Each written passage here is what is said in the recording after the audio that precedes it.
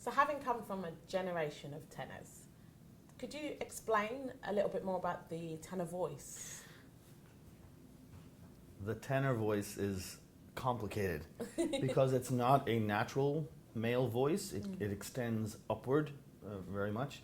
So a tenor is a type of vocal register where the male voice is climbing to high notes that normally you would not hear in like spoken range, and definitely not at those volumes that you hear, right?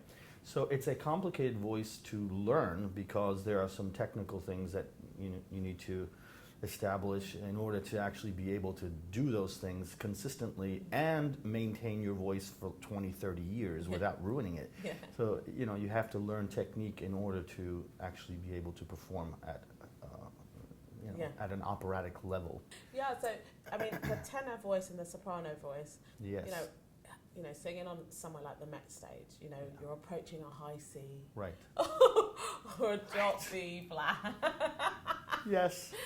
What type of pressure is that for a tenor? Fear. Anyone that says that they're not afraid when those high notes are, they're completely crazy. Well, then, given you have to be a little bit crazy to be an opera singer in the first place, yes, right? Yeah. But yes, I mean, that note is an important note, and people are waiting for that note, especially from a tenor, because they know that the vocal line, there's that aria with that big high note at the end, so they're expecting that because they've heard those records their whole life, and so you approach that with a certain commitment, like, I'm going to show you, I have this, right? You take your breath and you prepare yourself and you deliver that high note. So in terms of lessons then, coaching a tenor and teaching a tenor, is that very different from the way that you would teach another voice type? Yes and no. I mean, there's some fundamental things that are the same. Yes.